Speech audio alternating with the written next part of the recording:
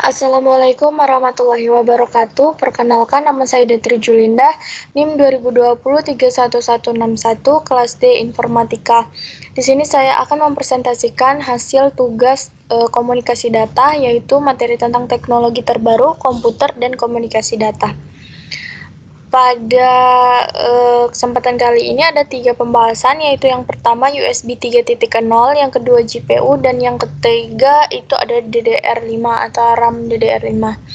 Untuk pembahasan yang pertama yaitu USB 3.0 adalah versi ketiga dari Universal Serial Bus atau USB. USB 3.0 ini menambahkan mode transfer baru yang disebut Super Speed atau SS. Super Speed ini mampu mentransfer data hingga 5 gigabit atau sekitar 625 megabyte per detik dan 10 kali lebih cepat dari USB 2.0 yang berkecepatan 480 megabit per detik atau sekitar 60 megabyte per detik. Bahkan USB 3.1 yang dirilis pada Juli 2013 memberikan kecepatan transfer hingga 10 gigabit per detik atau sekitar 1,25 gigabyte per detik yang disebut Super Speed Plus yang setara dengan versi pertama dari Thunderbolt. Kemudian untuk sejarah perkembangannya dimulai dari USB 1.0. Sejarah awal USB dimulai pada tahun 96. Pada tahun ini USB versi 1.0 ini diperkenalkan. Beberapa perusahaan besar yang menciptakan teknologi USB ini antara lain Intel, Compaq, Digital, IBM, dan Northern Telecom. Keberadaan sebagai USB 1.0 secara berangsur-angsur dimaksudkan untuk menggeser fungsi berbagai konektor, biasanya berada pada panel belakang sebuah PC, dan menggantinya dengan sistem USB. Kemudian untuk USB 2.0 itu setelah pada April tahun 2000 diluncurkan USB versi 2.0 yang menggunakan standar USB IF atau Implementers Forum pada akhir tahun 2001. Nah, beberapa perusahaan besar ikut mendevelop USB 2.0 ini, sehingga akhirnya USB 2.0 ini memiliki kemampuan transfer rate hingga data 480 megabit per detik, jauh dibandingkan dengan USB 1.0 yang hanya memiliki data transfer rate 12 megabit per detik. USB 2.0 ini juga mampu dimanfaatkan untuk menjalankan berbau perangkat USB secara simultan dalam waktu yang bersamaan tanpa mengalami gangguan. Kemudian ada USB 3.0. Pada versi 3.0 ini, data transfer rate mampu meningkat tajam hingga 10 kali lipat dibandingkan dengan versi sebelumnya. Maka dari itu, USB 3.0 ini disebut dengan Super Speed USB, dan uniknya, USB 3.0 ini juga mendukung versi sebelumnya, dengan artian konektornya juga bisa digunakan untuk USB 2.0, di mana ini dikenal dengan nama backward compatibility. Nah, perbedaan signifikan USB 2.0 dan USB 3.0 mulai dari perbedaan warna port, tanggal rilis, kecepatan data, dan juga mode transfer. Untuk kecepatan data sangatlah berbeda karena menggunakan teknologi yang berbeda. USB 2.0 ini memiliki kecepatan transfer maksimal itu 480 Mbps, sedangkan USB 3.0 memiliki kecepatan transfer hingga 4,8 Gbps. Hal ini terjadi karena desain teknologi di dalamnya sudah berbeda. Kemudian untuk jumlah kabel yang berbeda juga pada USB 3.0 ini berjumlah 9, sedangkan USB 2.0 hanya memiliki 4 buah kabel. Nah, bukan hanya itu saja, metode transfernya juga tidak sama. USB 2.0 itu menggunakan metode half duplex, yang berarti komunikasi yang terjadi pada transfer data itu hanya dapat dilakukan dalam satu arah.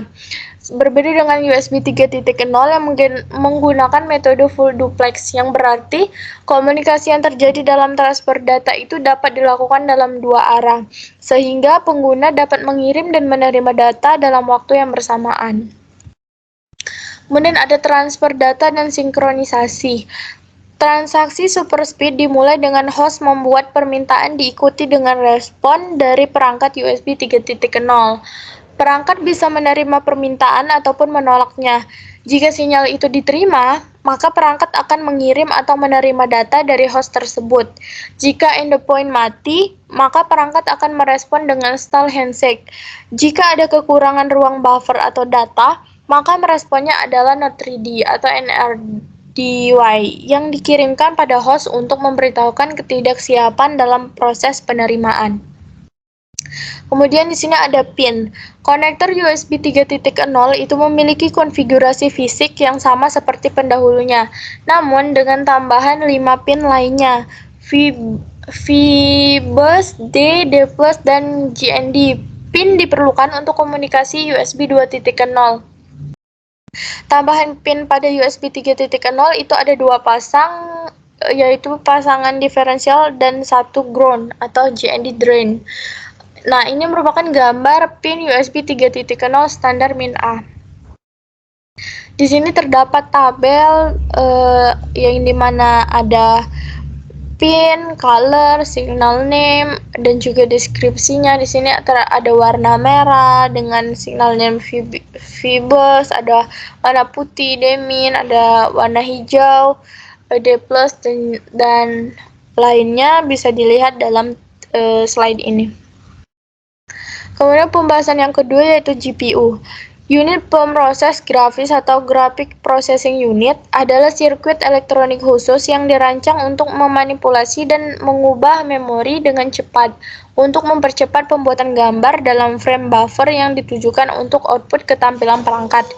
GPU ini digunakan dalam sistem tertanam, ponsel, komputer pribadi, workstation, dan juga konsol permainan.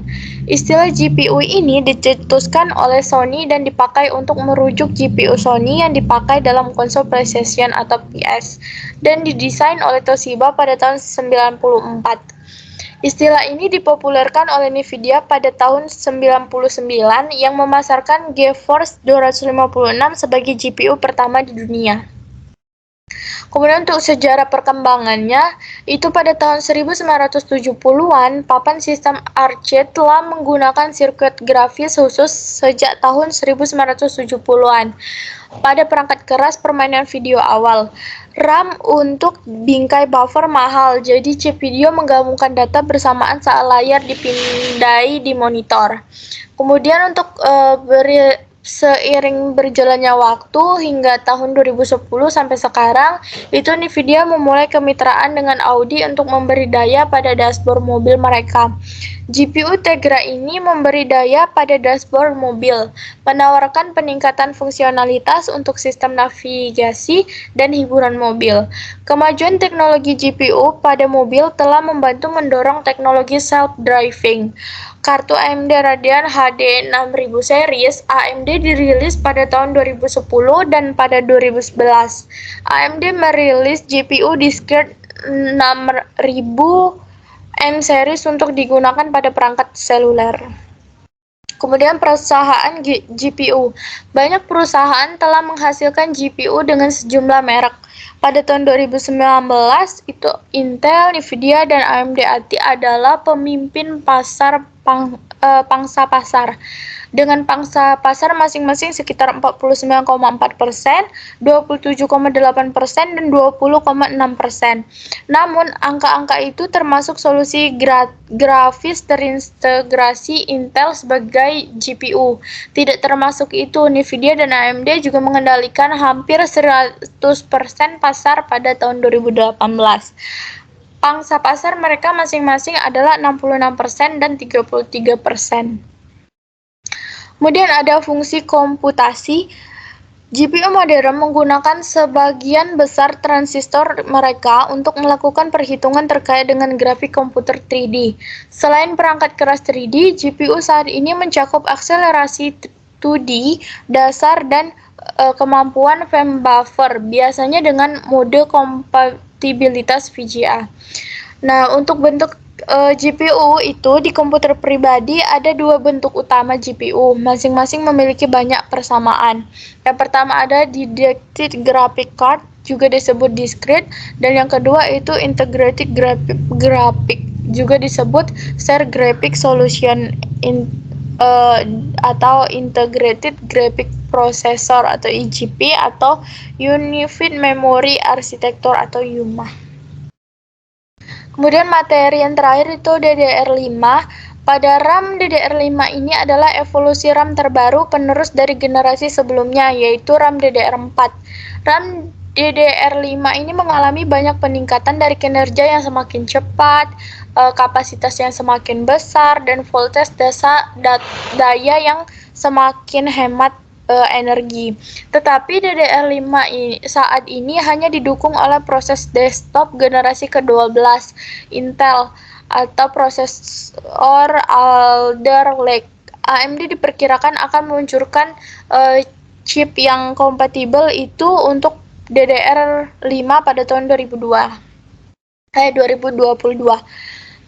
Nah, untuk perbedaan bentuknya antara DDR4 dan DDR5 itu memiliki bentuk yang agak berbeda.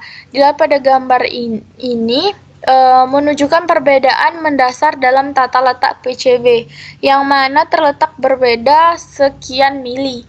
Jika kita melihat pada generasi RAM sebelumnya, transisi dari DDR3 ke DDR4 pelan-pelan ada sedikit perubahan menjadi semakin ke arah tengah. Hal tersebut seakan kembali terulang pada era DDR5 saat ini, di mana posisinya semakin lebih dekat ke tengah. Namun, para pemilik RAM DDR5 wajib waspada saat pertama kali memasang RAM tersebut ke dalam motherboard. Nah, kita perlu lebih memperhatikan saat memasang memori dan memastikan bahwa itu dimasukkan ke arah yang benar, sehingga tidak akan merusak kontak emas ketika pemasangannya. Kemudian untuk kinerja RAM DDR5, sebagai perbandingan, frekuensi awal dari DDR3 adalah 1066 MHz dan frekuensi awal dari DDR4 itu adalah 2133 MHz. Peningkatan frekuensi setiap generasi RAM umumnya adalah 2 kali lipat. Namun, frekuensi awal yang dihasilkan pada RAM DDR5 batch pertama adalah 4800 MHz dan bukan 4266 MHz.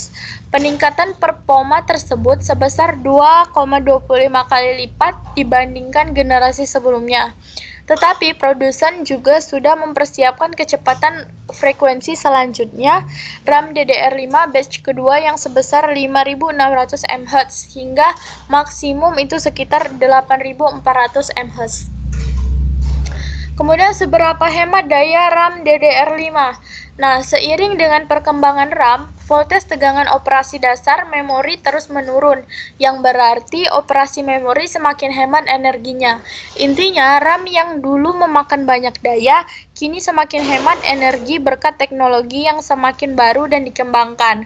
Buat yang belum tahu, untuk beroperasi dengan mode normal, DDR3 membutuhkan voltage 1,5 volt, DDR4 1,2 volt, dan DDR5 hanya membutuhkan 1,1 volt. Meskipun hal ini mungkin tidak tampak seperti perubahan yang cukup besar, perubahan 0,1 volt itu dilaporkan menghasilkan pengurangan 20% dalam kebutuhan daya. Kemudian untuk kapasitas RAM DDR5 itu seperti apa? Seperti yang mungkin telah diketahui sebelumnya, kapasitas maksimum pada satu keping RAM DDR4 dibatasi hanya sebesar 32 GB. Selain itu, total kapasitas slot memori RAM pada motherboard paling umum untuk platform DDR4 dibatasi hingga 128 GB. DDR5 mendobrak semua limitasi tersebut dan menawarkan kapasitas maksimum sebesar 128 GB hanya untuk satu keping RAM. Selain itu, total kapasitas slot memori RAM pada motherboard untuk platform DDR5 meningkat sebesar 4 kali lipat, yaitu hingga 512 GB. Kemudian untuk kekurangannya itu latensi memori DDR5 secara keseluruhan hampir sama dengan DDR4 dengan rentang 14 ns hingga 15. Walaupun kita mengharapkan adanya penurunan latensi pada seri memori RAM DDR5 ini, tetapi sepertinya hal tersebut tidaklah menjadi masalah Kekurangan lain RAM DDR5 yaitu harganya bisa 50-60% lebih mahal daripada DDR4 yang sudah diluncurkan, dan biasanya memerlukan waktu hingga 2 tahun agar harganya bisa cukup stabil dan terjangkau untuk dibeli. Jadi harga tersebut belum cukup layak untuk dibeli sekarang jika kita masih memiliki budget terbatas. Lagi pula untuk penggunaan RAM DDR4 itu masih sangat cocok digunakan dan dibeli sekarang karena itu masih cukup kuat untuk menjalankan aktivitas seperti bermain game maupun menjalankan program berat lainnya untuk bisa dipakai bekerja. Baik, itu saja yang dapat saya sampaikan. Jika banyak kesalahan dan kekurangan saya mohon maaf. Terima kasih. Wassalamualaikum warahmatullahi wabarakatuh.